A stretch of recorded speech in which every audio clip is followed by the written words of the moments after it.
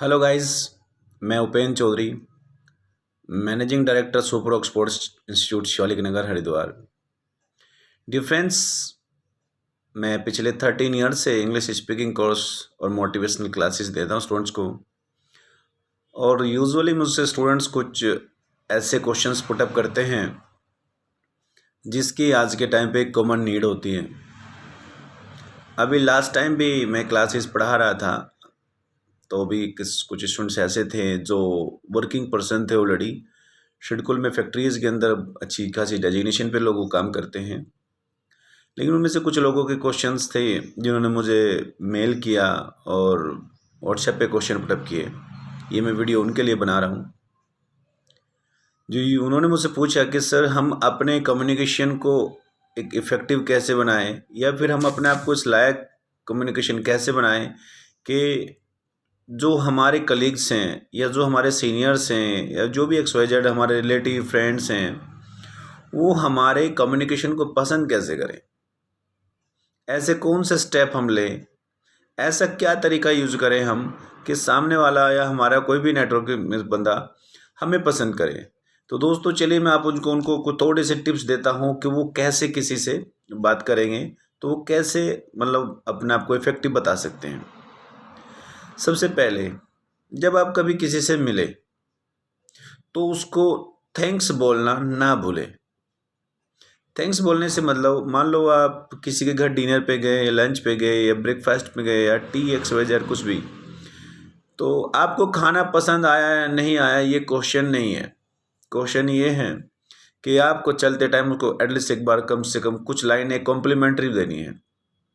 जैसे मज़ा आ गया, क्या बात है यार, कि डिलीशियस फूड, वाह यार, फनी मोमेंट या एंटरटेनमेंट मोमेंट, यार बिल्कुल यार, you are so funny person, you are so amazing person. मतलब कुछ इस तरह के वर्ड्स उसको यूज करके आप उसके साथ बोल सकते हैं, ताकि वो आपको सुने और सुन के वो अपने आप में अब खुद को ही फील कराता रहे कि यार डेफिनेटली ही लाइक्स मी, ये मुझे पसंद करता है। और जब उसके जहन में ये बातें आ जाएंगी कि आप उसे पसंद करते हैं, तो गाइज आई एम श्योर कि वो आपको पसंद करेगा।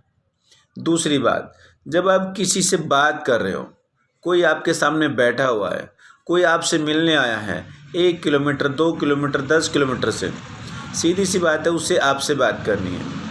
वो आया पर्सनली चीज़ के लिए है या प्रोफेशनली है, ये अलग बात है।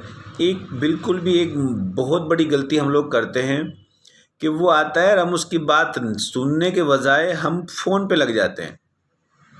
तो दोस्तों ये मेरी हम्बल रिक्वेस्ट है कि जब आप किसी से बात करें तो फ़ोन ना चलाएं।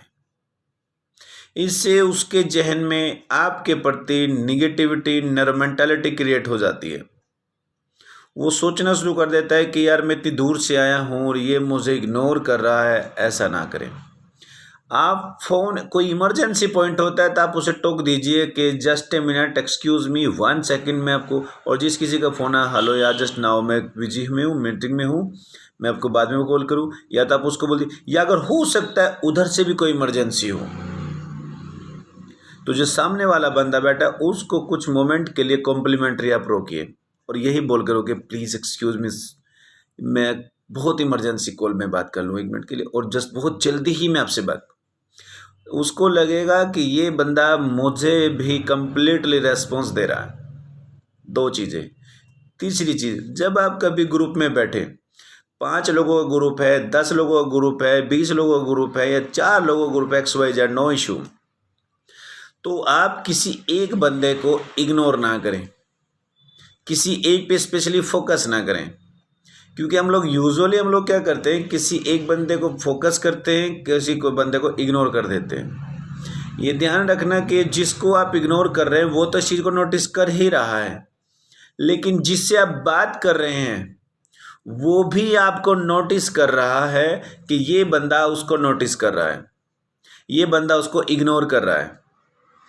और वो बंदा इसलिए नोटिस कर रहा है आपको कि वो सोच रहा है कि अभी इसके लिए इम्पोर्टेंट मैं हूँ, तो इसलिए ये मुझसे बात कर रहा है। शायद ये बंदा, सामने वाला बंदा जिसको इग्नोर कर रहा है, अभी ये इसके लिए इम्पोर्टेंट नहीं है, इससे इसको कोई काम नहीं है, इससे इसको बात नहीं करनी, इसका मतलब इसकी बातों से इसका कोई हल नहीं होने वाला, इसीलिए इसको इग्नोर कर रहा है। लेकिन कल जब कभी कोई ऐसा काम होगा कि कोई मुझसे भी ज़्यादा इम्पोर्टेंट काम होगा तो ये उसको रेस्पॉन्स देंगे, मुझे रेस्पॉन्स नहीं देंगे। तो वो आप भले उसको आज बात कर रहे हैं, उससे आई कांटेक्ट कर रहे हैं, मुस्कुरा रहे हैं, बात कर रहे हैं, कुछ भी XYZ, लेकिन ध्यान रखना एक पॉइंट कहीं ना कहीं आपने निगेटिव उसके जहन में छोड़ दिया। ये चीज़ ध्यान रखना। दूसरी चीज़, अब नेक्स्ट स्टेप, एक दोस्तों कोशिश करो कि आप जिन भी लोगों से मिलो, हम लोग ना दो तरीके से जानते हैं लोगों को, एक बाय फेस, एक बाय नेम। जब आप किसी से मिल जाओ तो प्लीज़ कम से कम कोशिश करो कि एक बार उसे उसका नाम जरूर पूछो और कोशिश करो कि उसका नाम याद रखने की। जब आप किसी को एक बहुत बड़े ग्रुप में बैठे हों और किसी को नाम से आप संबोधित करें कि मिस्टर खन्ना या मिस्टर कटारिया, आपको नाम इतना तो एटलीस्ट नाम यही आएगा, तो उसको लगेगा इट मीन्स क्या हुआ कि मैं भी इसके लिए कहीं ना कहीं थोड़ा सा इंपॉर्टेंट व्यक्ति तो हूँ जो उसको मेरा नाम याद है। दोस्तों वो आपको पसंद करेगा। पूरी भरी महफिल में जब आप किसी एक का नाम लेके बुलाते हैं तो ध्यान रखना उस चीज़ का, चाहे आपको नाम उसी ऑन द स्पॉट ही पता चला हो, उस इंसान के जहन में आपकी वैल्यू बढ़ जाती है।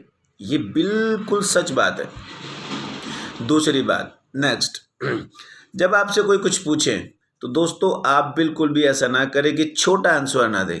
किसी ने पूछा कि जाओगे, बोले यस, नहीं, आप पूरी लाइन बोल दीजिए, यस मैं जाऊंगा।